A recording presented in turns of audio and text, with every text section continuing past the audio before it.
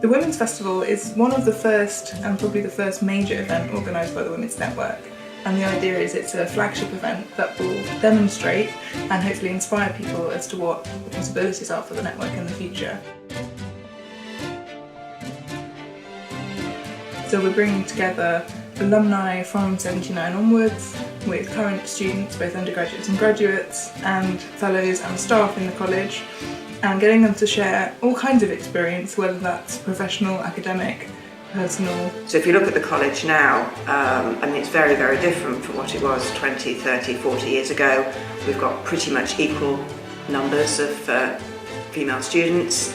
We've got women throughout the college doing all sorts of amazing things, some of which we're going to be celebrating in the festival. We've got sessions about people's research, but there are still clearly lots of gaps when you look at the more senior women in the college, when you look at what happens outside the college and in women's careers. The fact that there's a gender pay gap, we know there's an attainment gap, so there's still inequality even if we're beginning to see massive progress in society.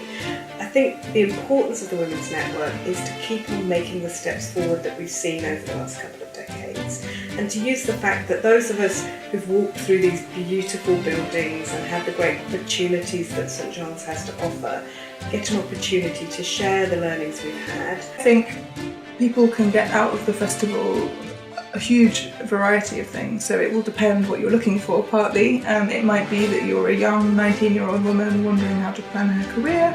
It might be that you're a woman who matriculated in 79 and can share a whole range of insights from a varied career. One of the panels that I think will be particularly interesting, we have a great woman coming in who is a career coach and is going to talk about career planning and she's going to provide some coaching sessions. So I think that's just going to be just really, really useful in a really specific way. So one of the themes that we're looking at is rethinking the idea of the career path. These days, our graduating students are setting out on what is less of a ladder and more of a winding path. We've also got a panel about reluctant leaders.